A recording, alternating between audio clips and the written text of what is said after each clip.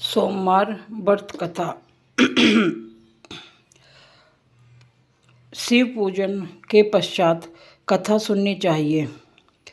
और कथा इस प्रकार है। एक नगर में एक बहुत धनवान साहूकार रहता था। उसके घर में धन की कमी नहीं थी, परंतु उसको एक बहुत बड़ा दुख था कि उसकी कोई संतान नहीं थी। वह इसी चिंता में दिन रात दुखी रहता था। वह पुत्र की कामना के लिए प्रत्येक सोमवार को शिव जी का व्रत रखा करता था और सायंकाल को शिव मंदिर में जाकर शिव जी के सामने दीपक जलाया करता था और अपने मन की बात कहता था। उसके इस भक्ति भाव को देखकर एक दिन श्री पार्वती जी ने शिव जी महाराज से कहा, महाराज, यह साहूकार आपका बहुत बड़ा भक्त है और सदैव आपका व्रत और पूजन बड़ी श्रद्धा भाव से करता है। आप इसकी मनोकामना पूर्ण कर दीजिए। शिव जी ने कहा, हे पार्वती, यह संसार कर्म क्षेत्र है और किसान खेत में जैसा बोता है वैसा ही फल काटता है। उसी तरह से इस संसार में जो जैसे कर्म करता है वो वैसे ही फल भोगते हैं। पार्वती जी के अत्यंत आग्रह से कहा, महाराज, जब यह आपका इतना बड़ा भक्त है और यदि किसी भी प्रकार की इसको किसी भी प्रकार का इसको किसी प्रकार का इसको दुख है तो उसे अवश्य दूर करना चाहिए, क्योंकि वह आपका इतना बड़ा भक्त है और आप तो भक्तों के दयालु हैं, उनके दुखों को दूर करते हैं। यदि आप ऐसा नहीं करेंगे तो मनुष्य का आप से विश्वास उठ जाएगा।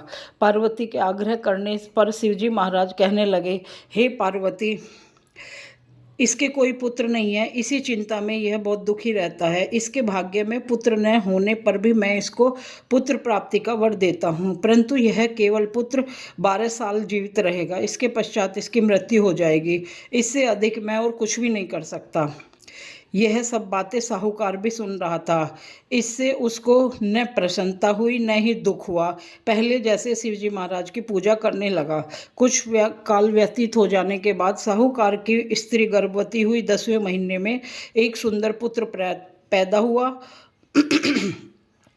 शाहूकार के घर में खुशी मनाई गई, परंतु शाहूकार को केवल 12 साल की उम्र का पता चलकर अधिक प्रसन्नता नहीं हुई, न ही उसने किसी भी तरह का भेद बताया।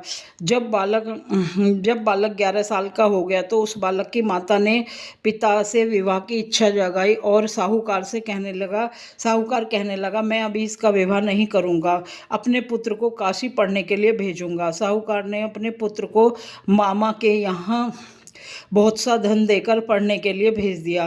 तुम इस बालक को काशी पढ़ने के लिए ले जाओ और रास्ते में जिस स्थान पर रुको वहाँ यज्ञ और ब्राह्मणों को भोजन जरूर करवाना।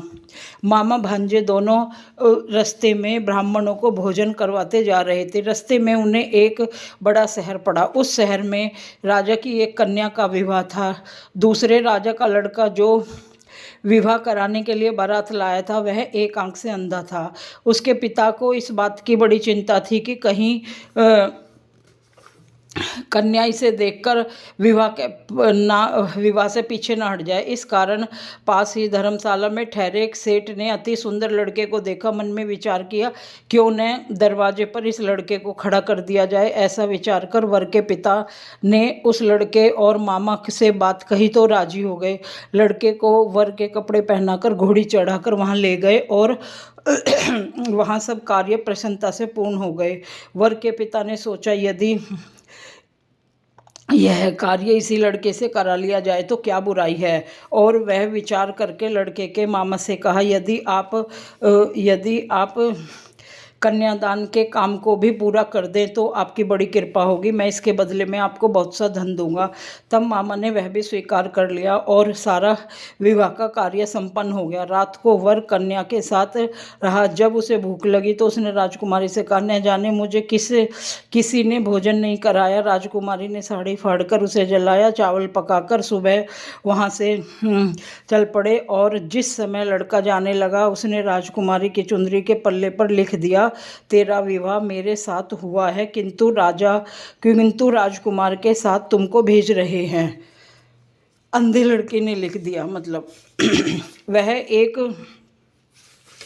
अंधे लड़के ने लिख दिया, वही कांख से काना है, मैं तो काशी पढ़ने जा रहा हूँ। लड़के के जाने के पश्चात राजकुमारी ने जब अपनी चुंदड़ी पर ऐसा लिखा देखा तो उसने विदा के समय राजकुमार के साथ जाने को मना कर दिया। यह मेरा पति नहीं है, मेरा पति तो बाहर पढ़ने गया हुआ है। और जब इस प्रकार राजकुमारी के माता पिता ने अपनी कन्या को विदा नहीं किया और बारात वापस चले गई।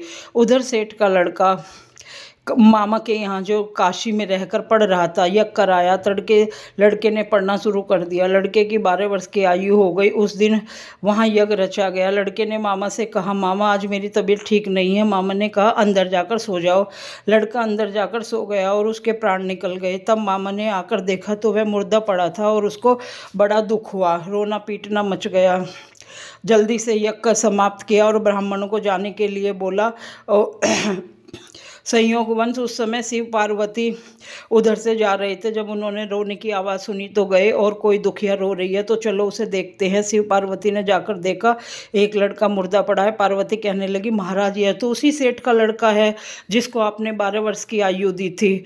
और शिव जी ने कहा कि मैं इसमें क्या कर सकता हूँ।